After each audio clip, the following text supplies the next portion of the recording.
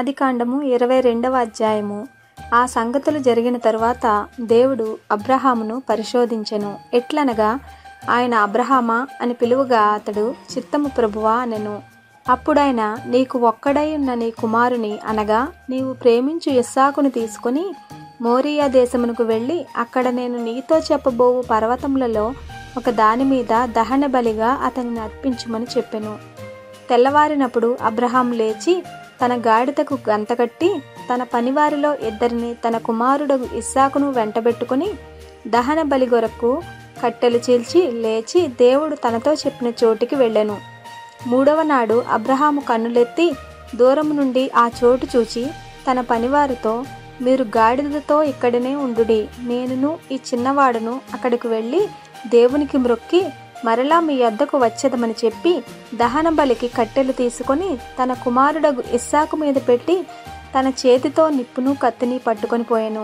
వారిద్దరూ కూడి వెళ్ళుచుండగా ఇస్సాకు తన తండ్రి అయిన అబ్రహాముతో, నా తండ్రి అని పిలిచెను. అందుకతడు, ఏమి నా కుమారుడా అనెను. అప్పుడతడు, నిప్పును కట్టెలను ఉన్నవి గాని దహన బలికి గొర్రెపిల్ల ఏది అని అడుగగా అబ్రహాము, నా కుమారుడా, దేవుడే దహన బలికి గొర్రెపిల్లను చూచుకొనునని చెప్పెను. అలాగూ వారిద్దరూ కూడి వెళ్ళి దేవుడు అతనితో చెప్పిన చోటికి వచ్చినప్పుడు అబ్రహాము అక్కడ బలిపీఠమును కట్టి కట్టెలు చక్కగా పేర్చి తన కుమారుడగు ఇస్సాకును బంధించి ఆ పీఠము పైనున్న కట్టెల మీద ఉంచెను. అప్పుడు అబ్రహాము తన కుమారుని వధించుటకు తన చెయ్యి చాపి కత్తి పట్టుకొనగా యెహోవా దూత పరలోకము నుండి, అబ్రహామా, అబ్రహామా అని అతని పిలిచెను. అందుకతడు, చిత్తము ప్రభువా అనెను. అప్పుడు ఆయన, ఆ చిన్నవాని మీద చెయ్యి వేయకుము, అతనేమీయూ చేయకుము, నీకు ఒక్కడై ఉన్న నీ కుమారుని నాకియ్య వెనుతీయలేదు గనుక నీవు దేవునికి భయపడువాడవని ఇందువలన నాకు కనబడుచున్నదనెను. అప్పుడు అబ్రహాము కన్నులెత్తి చూడగా పొదలో కొమ్ములు తగులుకొని ఉన్న ఒక పొట్టేలు వెనుక తట్టున కనబడెను.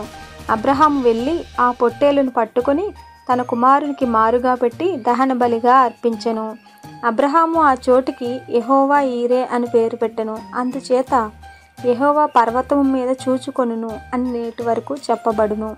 యెహోవా దూత 2వ మారు పరలోకము నుండి అబ్రహామును పిలిచి ఇట్లనెను, నీవు నీకొక్కడే అయ్యున్న నీ కుమారుని ఇయ్య వెనుక తీయక ఈ కార్యం చేసినందున నేను నిన్ను ఆశీర్వదించి ఆకాశ నక్షత్రముల వలెను సముద్ర తీరమందలి ఇసుక వలెను నీ సంతానమును నిశ్చయముగా విస్తరింపచేసెదను. నీ సంతతి వారు తమ శత్రువుల గవిని స్వాధీనపరచుకొందురు. మరియు నీవు నా మాట వినినందున భూలోకంలోని జనములన్నీయు నీ సంతానము వలన ఆశీర్వదించబడును. నా తోడని ప్రమాణం చేసి ఉన్నానని యెహోవా సెలవిచ్చెను. తరువాత అబ్రహాము తన పనివారి యొద్దకు తిరిగి రాగా వారు లేచి అందరూ కలిసి బెయేర్షెబాకు వెళ్ళిరి. అబ్రహాము బెయేర్షెబాలో నివసించెను. ఆ సంగతులు జరిగిన తరువాత అబ్రహామునకు తెలుపబడినదేమనగా, మిల్కా అను ఆమెయు నీ సహోదరుడగు నాహోరుకు పిల్లలను కనుగొనెను.